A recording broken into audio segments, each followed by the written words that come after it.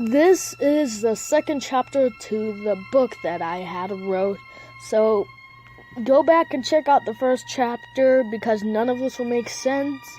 But if you have, proceed with the book. Did I time travel back to when the asylum was actually open? It was scary. I kept moving and soon I saw a lot of patients. The very first figure came up to me.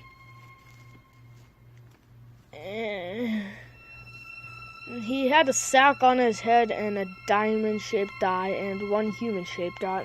Less bright and less glowing. It was still glowing a tiny bit, but it had no shirt and its pants were ripped up.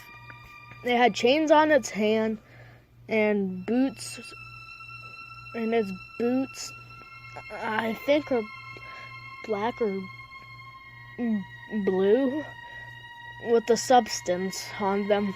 Its orange pants had drips of the black substance on them. Before I could say anything, it darted out of the room and came back in with the butcher knife. I ran into the next room and barricaded the door so it couldn't get in. I kept moving on until I hit a wall in darkness. I turned on my flashlight and looked at the wall. It was an ordinary wall.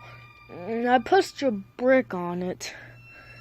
It turned into a door that said, "Keep out."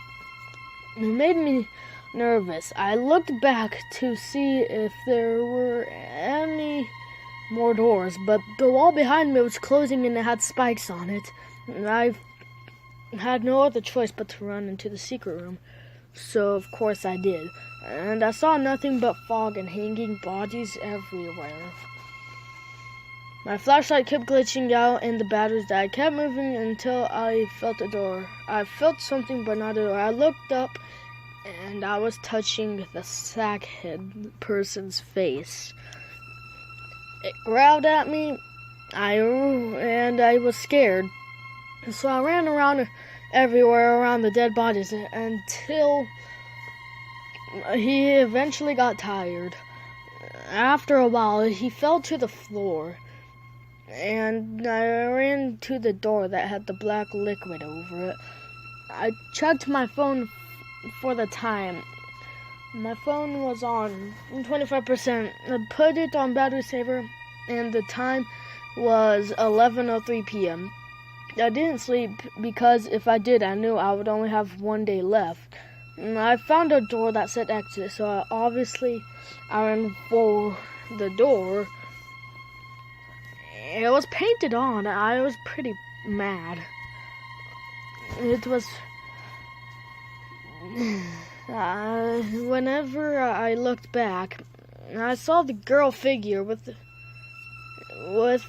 a missing arm, no lips, and I think a missing eye, or I think a missing leg. I'm not sure. It touched me and it was slimy and it said, "Leave this place now." After that, ran away, so I remember it having a leg. So I went into the next room, but I saw a camera that was active. Then someone said hello through the camera. I was startled and I had been gassed. I woke up in a guillotine and there was the figure that had a sack on his head and his mouth was a zipper that was closed and had a black liquid dripping out of it. Before I could chop my head off, the girl figure tackled the SACKHEAD person. She freed me and died, saving my life. I came back to the place with a pan and I knocked out the SACKHEAD person and ran away. After that, I got out my hatchet. There were more barricades. I went to chop them down before I fell into a ditch that was full of the black substance. I was sinking like I was in quicksand. A rope was given to me and I climbed out of the ditch. I went to thank the person, but no one was there. I went forward and went into the hall, which was filled with sounds of screaming. I covered my ears and ran out of the hall. To be continued.